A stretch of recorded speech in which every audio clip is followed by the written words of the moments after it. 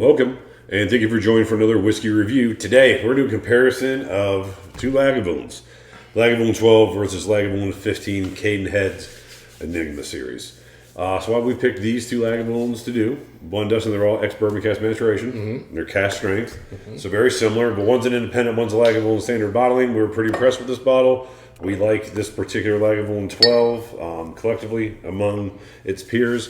So we thought it'd be a fun whiskey review to bring it. Also, the ABVs almost match up exactly, 54.8 compared to 54.4. Yeah, the other big thing, Mike, is we just don't like going to the new Lagavulin 12s because they're trying to do something new every year. Yeah, old bourbon cask maturation does. This is what, when people say Lagavulin 12, this is what they mean. It's this style bottle. So that's what we're sticking with. This style bottle. So the glasses Dustin and I have in front of us are equally represented here. So 12's here, 15's here.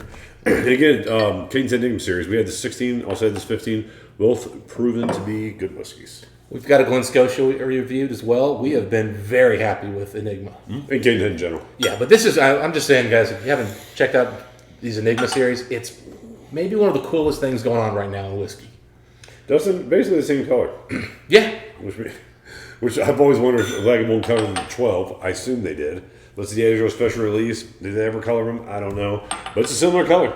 I don't know if the Enigma actually states whether they do or not. And I apologize, guys, because I know we're making a lot of noise.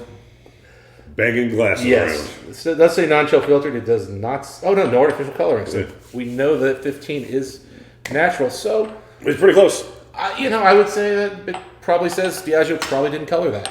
I've always thought Lagavulin, just for whatever reason, repelled color, the color of a whiskey, or the spirit better than anything else. Lagavulin's always seemed light to me. Yes. If they're not put color in, they always seem lighter than other whiskeys, which I know doesn't make any sense. But it feels like they just repel tanning, if you will. As we've talked about it, they're kind of like me, I get it. The dark saber of whiskey. But I think the thing is, remember, as we've always talked about, they use some third and fill. Maybe for sure. I'm sure it has to do. I'm sure it has to do with contact with what. I'm sure I'm wrong. It just feels that way to me. Yeah. I remember seeing the managers drown an 11-year-old from Lagavulin, and I remember thinking, could someone refill this bottle? It was the clearest. Are you sure that's not Fiji? I had to shake it to see bubbles coming up. You know what I mean? Because it looked like tap water. It was not tap water, Dustin. All right, let's nose the 12 first because it's younger. Okay, we'll go with that. Right. Have you already started with the 15? I always just go left to right. All right, we'll go left to right, Dustin. We'll start with the 15. Enigma. I tell you what, it just smells like Lagavulin, Mike. Yeah, Lagavulin. I would say with the added, a little bit of twinge of pine. Yeah, I can get that spice. That spice is. When we did the individual review, I didn't pick it up, and now it's almost like a pine spice. It's a light pine, a pine mixed in with something else. I get that with hogshead sometimes, there's a little bit of charring being done, so that wouldn't shock me. A little sappiness. Is that what we're getting in there? Yeah. This is a little sappy honey. I feel like I've gotten used to what Cadenhead's oak profile is, but this is a little different. Cadenhead just never stops surprising me with stuff. Recognizable as Lagavulin, but if you know Lagavulin bourbon cask maturation ones, mainly the 12s, there's something else going on here. Yeah, you can just tell there's a little more wood than you're used to. Mm-hmm. But in that vein, I'm going to jump straight over to the 12 and really try to just do the comparison because these are going to be so similar. Not as complex, not as much going on. No, it's much thinner. It does come off higher alcohol forward. Maybe that's the youth coming through there. Mm-hmm. It comes off more like a wood glue type note, or more vegetal in this. Definitely more vegetal. Moss on stone. Yeah, the wood comes off much more like a plyboard. Something cheap filling. And it's saturated with moisture. But there comes that lemon just lemon candy. Nice fruitiness. Sour. Citrus. More youthful notes. Flavors I would definitely relate more to youth than I would age. I do love the citrus sour note. I'm just going to go back and forth here, but... Oh, yeah. Now I'm getting vegetal pine notes. It's really coming up here with that wood. Oh, it's almost like... tons of wood. What was that Lafroig that was super oaky? Oh, the quarter cask? I can't remember what comes to me. No, triple wood. Oh, okay, yeah. There's a strong pine note in that. It's very similar. Whew. I didn't notice I noticed it had more wood than usual, but I didn't realize how much more wood until we have these back to back. That is... Love doing comparisons. That is a huge wood note. Yeah. Love doing comparisons. Yeah.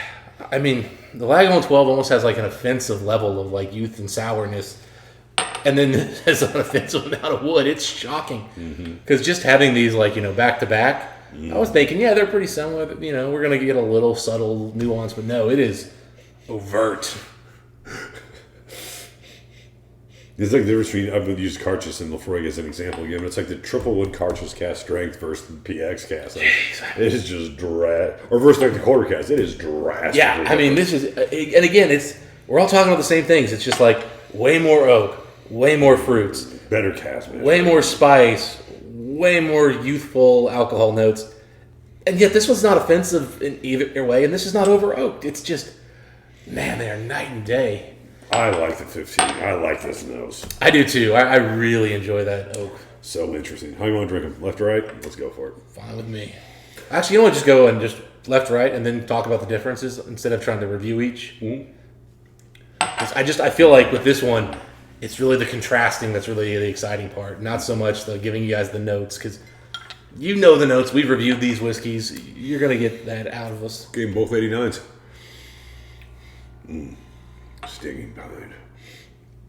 Angry sap. The sweetness is really nice on this too.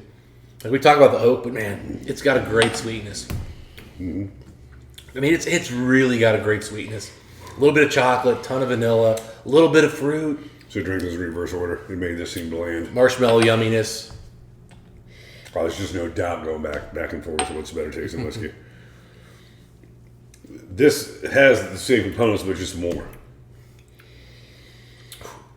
The 12 is a little bit bolder because of that sour note probably coming from the youth, but I'm going to call it the lemon candy, that sour lemon candy note.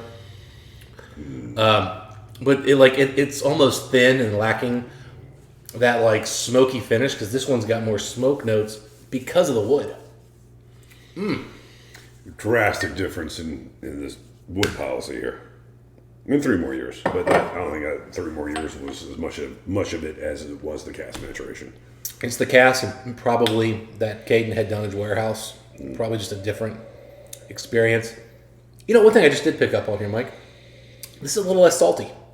There's a little bit more salt, a little more salinity in that one. Maybe it's easier to notice it because it's not as piney and woody. Could be. It also could be because this was probably aged in Campbelltown, which is still, near the water, but maybe not quite as on the water as Lagavulin. Just thought. I mean, I know there's always more on the water than Lagavulin. It is. I mean, mind you, again, I don't know exactly where Cadenheads, Dunnage warehouses are compared to Springbanks, because we always get salt on Springbank stuff as well. So, I do love that lemon on this 12, though.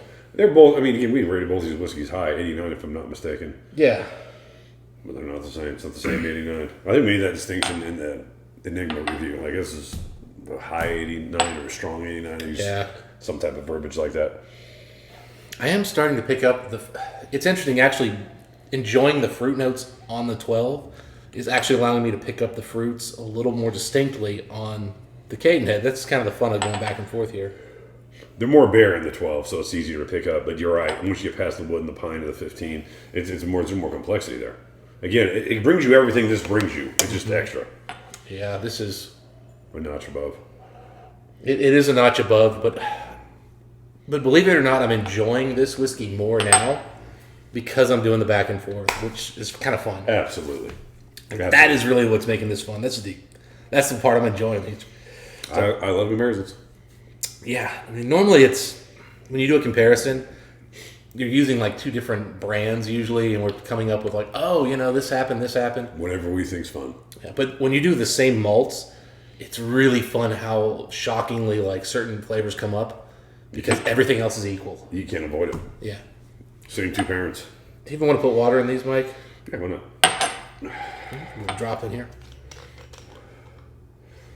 I'm enjoying. I'll tell you what, the nosing on here is actually just incredibly fun because, again, it's like they work with each other. They help. You can tell it's 2 incarnations of the same thing. Yes, you definitely can. Dare I say, water helped the 12 more. Wouldn't shock me. I mean, you're picking up more spice now. I wasn't really picking up a ton. The smoke note's far more interesting. It actually muted some of the nice oak notes on the Enigma. I agree. And the spice. I think it kind of muted the spice when we originally reviewed it. Yeah. And remember the water last time when we did the 12 brought more of the smoke out. It definitely did that again here. Way more smoke. Hello. I think it helped the 12. Nah. I think it was pretty neutral with the 12, but it didn't help the 15. It probably helped the 12. I think it helped the 12. Yep, I think so too. 12 is more aggressive now. More funky though. Now it's showing you what it's made of. Oh man. Just had a few drinks, ready to take up a shirt and fight in the bar. That chocolate sweetness now is really coming out of the Enigma. Oh, I love the Enigma. They're both so good. Yeah. Now with water, the 12 is smokier. It's a little sootier, but it's a little thin on the initial arrival. Not in terms of like oiliness and richness, but in just flavors. It's kind of just. Yeah, I'm Lagavulin with mediocre casks. All right, Dustin. As you, I used to call comparisons series. Whenever we compare whiskeys, we're at a bar. Something on the tab. What would you take? Mike, easy pick here. Enigma is just. It's a richer experience overall. It should be. Older. Yeah, cost a little bit more money. Stronger cask maturation. You got what you pay for in this and that's. Yeah. At least it costs more MSRP. True. Probably going to pay about the same for these nowadays.